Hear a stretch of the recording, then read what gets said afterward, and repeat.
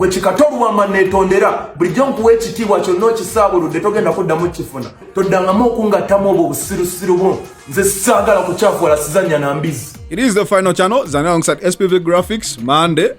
Wetukeeredde amawulire agaliwo ga mwana mulenzi Pallaso. Twabagamba omulundi guli nti Pallaso talina kwetonda kuba twalowooza nti yafuna obuzibu nga yeetaaga kusooka kusaasirwanga Munnayuganda. Bwe bukeeredde waliwo akatambi ke yataddeyo ng'alina Chaka. Omukyalo ono we yavuddeyo n'agamba nti twamugoba e Uganda ate oli yagamba tetwamugoba ne mu ddoboozi lye lyennyini Chaka agamba yagobebwa e Uganda.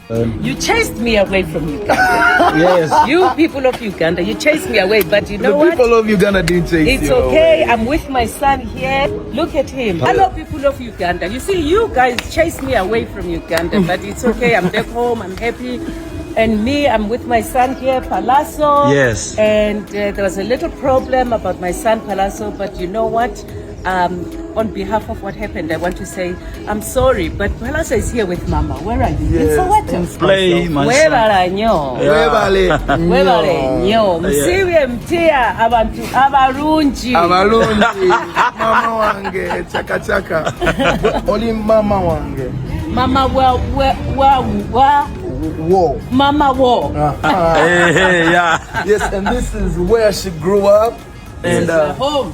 she was born here. So good. You know, I grew up, like I was telling you, we grew up learning about Soweto, and we hear in Noza agamazima nago mugafunyi.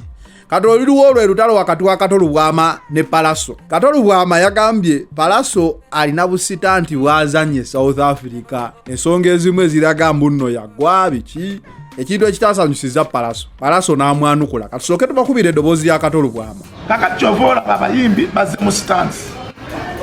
Mtu n'agenda South Africa naga bamukubye emiti atalina wadde olubale. Talking about Pallaso. Ebintu byekisiru ebyo. Ebundu yabiraga. Kati obako obuddako ndowooza bwa Pallaso. Kato Lubwama ekisookera ddala nakula nkulaba nga taata wange ayagala nnyo emizannyo gyo nga njiraba nga mmanyi oli musajja alina amagezi. Kato Lubwama ozze ku TV n'oyogera mbu nakola stanti mbu bintu bya kisirusiru. Kato Lubwama olina okuneetondera ndi mwana muvubuka muto alina okubeera nga mutabani wo. Tinandisuubidde nti waalinyuliddwa oba olina amagezi nga member of parliament ebigambo ebiva mu kamwako bikyafu nnyo biswazaswaza eggwanga lyaffe. Sisobola nakusongamu nti member of parliament era abantu beerubaga bwe muddamu ne muzza ekisajja ekyo n'obubi bwakyo n'amagezi gaakyo amatono mu parliament mugenda kuba muswazizza nnyo eggwanga lyaffe. Bisajja bitumalira obudde tebirina ntegera. Twetaaga abaana bato mu parliament, abantu abasobola okwogera ebintu, abantu abategeera entegera y'abantu. Eggwanga lyaffe yeggwanga erisembayo obuto mu nsi yonna. Lyetaaga abaana abato abatategeera ntegera. Ekisajja ne kibwagama bagamba nagenda mu parliament kulya buli.